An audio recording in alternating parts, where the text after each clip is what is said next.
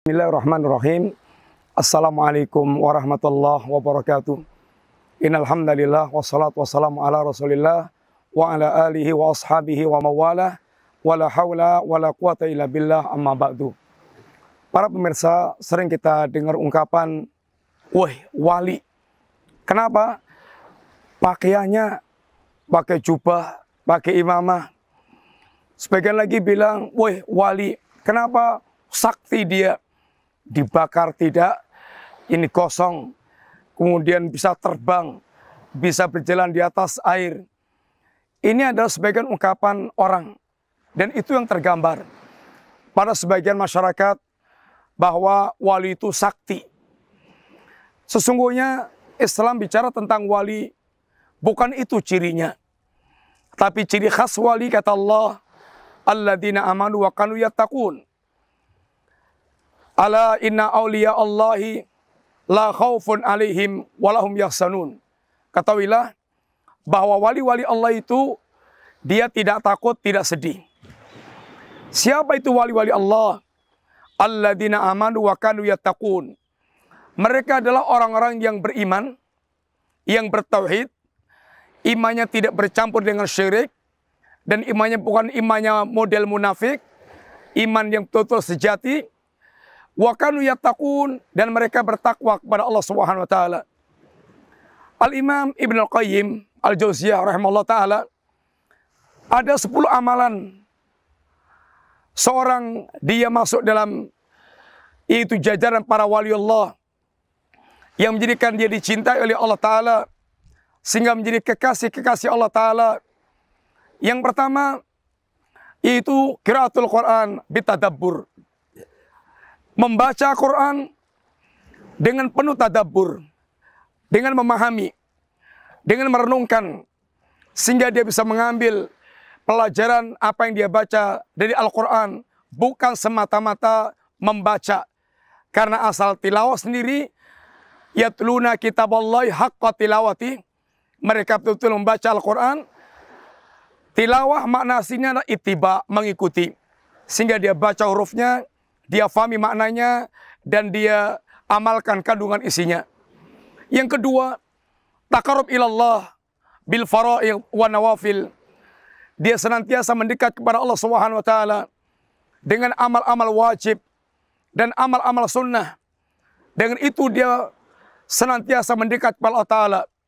Yang wajib, sewajib-wajib amalan tauhid, kemudian salat, kemudian amal yang wajib yang lainnya. Lalu dia lengkapi dengan yang sunnah-sunnah. Yang ketiga, dawamu dzikrillah. Senantiasa dia berzikir kepada Allah Ta'ala. Dia tidak tenggelam dalam ghaflah. Dia berzikir kepada Allah. Yadhkurunallaha qiyaman wa qu'udan wa ala junubihim. Posisi berdiri, duduk, berbaring, alias dalam semua keadaan dia berzikir kepada Allah Ta'ala.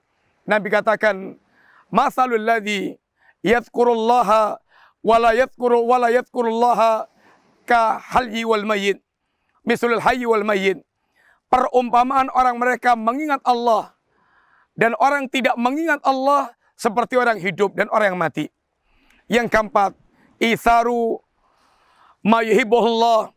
Senantiasa mendahulukan apa yang dicintai oleh Allah Subhanahu wa taala. Satu saat akan berbenturan antara kepentingan kita, kepentingan masyarakat kita, kepentingan keluarga kita dengan agama. Saat itulah kita diuji. Apakah kita benar-benar orang mencintai Allah atau tidak? Orang mencintai Allah, wali-wali Allah akan senantiasa mendahulukan apa yang Allah cintai. Yang kelima, at-tafakkur, at-ta'ammul bi asma'illah. Dia senantiasa merenungkan, memahami, mentadaburi nama-nama dan sifat Allah Ta'ala.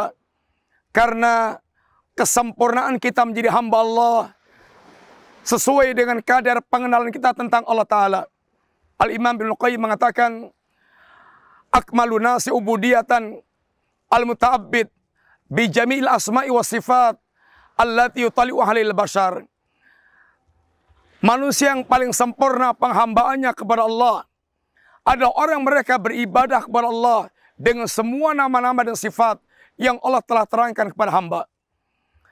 Yang keenam, at-ta'ammul bini'amillah, direnungkan nikmat Allah, nikmat yang ada dalam dirinya, nikmat fasilitas yang Allah komplitkan, sampai nikmat agama, dia renungkan satu persatu, nikmat yang tidak terbatas ini, betapa mahalnya, betapa luar biasanya Allah, sehingga dia akan semakin mengagungkan Allah, mencintai Allah. Nikmat yang ada dalam dirinya, di lingkungannya, alam semesta, semuanya merupakan bagian nikmat Allah Ta'ala. Maka direnungkan, alangkah sangat murahnya Allah, maha baiknya Allah, yang Allah mencurahkan senantiasa nikmat-nikmatnya kepada kita. Maka akan tumbuh kecintaan yang lebih besar kepada Allah Ta'ala. Yang ketujuh, inkisarul qalbi, remuk redamnya hati. Dia menjatuhkan dirinya di hadapan Allah serendah-rendahnya. Dia bersimpuh di hadapan Allah serendah-rendahnya. Hamba yang paling mulia, yang paling menghinakan di hadapan Allah Ta'ala. Dan hamba yang paling dibenci Allah, yang paling angkuh, yang paling sombong. Yang kedelapan, al-khulwah inda nuzuli ilahi. Dia khalwat, menyempatkan waktu berdua dengan Allah Ta'ala saat sepertiga malam yang terakhir, khususnya ketika Allah turun ke langit dunia, sehingga betul-betul dia membangun kemesraan kepada Allah di saat manusia tertidur lelap. Yang kedelapan, yaitu dia senantiasa duduk bersama orang saleh. Dia duduk bersama orang saleh, mujalatus salihin, mujalasah dengan orang saleh. Bagaimana ketika dia akan duduk dengan orang saleh, mendatangkan keuntungan yang sangat banyak. Mengingatkan saat dia lalai, kemudian mengajari dia saat dia bodoh, menegur dia saat dia salah. Duduk dengan mereka akan senantiasa mengingatkan kita kepada Allah Subhanahu wa Ta'ala. Kemudian selanjutnya adalah yaitu menjauhi semua perkara yang akan menjadi penghalang antara kita dengan Allah Subhanahu wa Ta'ala.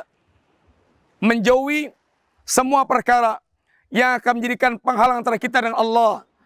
Syirik penghalang kita dengan Allah, kufur penghalang kita dengan Allah, bid'ah menjadi penghalang kita dengan Allah, maksiat menjadi penghalang kita dengan Allah Subhanahu wa Ta'ala. Ini semuanya merupakan yaitu penghalang. Maka dia benar-benar senantiasa berusaha untuk menyingkirkan hijab-hijab tersebut, hingga tidak ada hijab antara dia dengan Allah Subhanahu wa Ta'ala. Orang yang mereka senantiasa demikian, maka dia adalah orang-orang yang betul-betul masuk dalam jajaran para wali-wali Allah. Dia baca Quran dengan tadabbur, dia mendekatkan diri kepada Allah Subhanahu wa Ta'ala. Dia senantiasa berzikir kepada Allah Ta'ala, sangat mengutamakan apa yang menjadi kecintaan Allah. Dia berfikir tentang nama dan sifat Allah Ta'ala, kemudian berfikir tentang nikmat Allah. Dia bersimpuh di hadapan Allah Subhanahu wa Ta'ala. Dia khalwat bersama dengan Allah Ta'ala.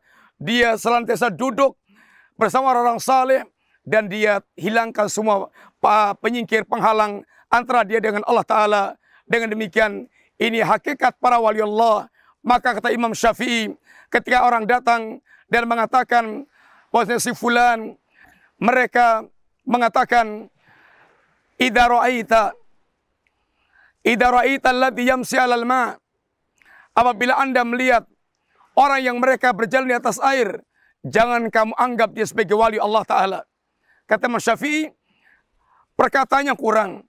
Idza ra'aita alladhi yamshi 'alal ma' wa yatiru fil hawa, apabila kalian, Anda melihat orang bisa berjalan di atas air, bahkan terbang di udara, fala tusaddiquhu wala takhtaru bih, jangan Anda tertipu dengannya, jangan Anda benarkan dulu perkaranya, hatta ta'lamu mutaba'atahu li Rasulillah sallam, sampai kalian tahu seberapa kadar itibaknya dia dengan Rasulullah sallam.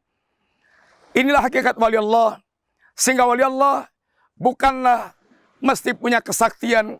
Walaupun wali Allah, ada yang mereka memiliki karomah, tapi hakikat wali Allah yang beriman dan bertakwa kepada Allah. Dan ada 10 amalan yang Al-Imam Ibnu Qayyim sebutkan, amal-amal orang yang mereka betul-betul akan dekat kepada Allah, dan amalan para wali Allah Ta'ala. Semoga Allah mengiringi kita di antara jajaran para wali-wali Allah yang senantiasa mendekat kepada Allah, senantiasa mengutamakan kecintaan kepada Allah. Dan semoga Allah memberikan taufik kepada kita mewujudkan itu semuanya. Semoga manfaat.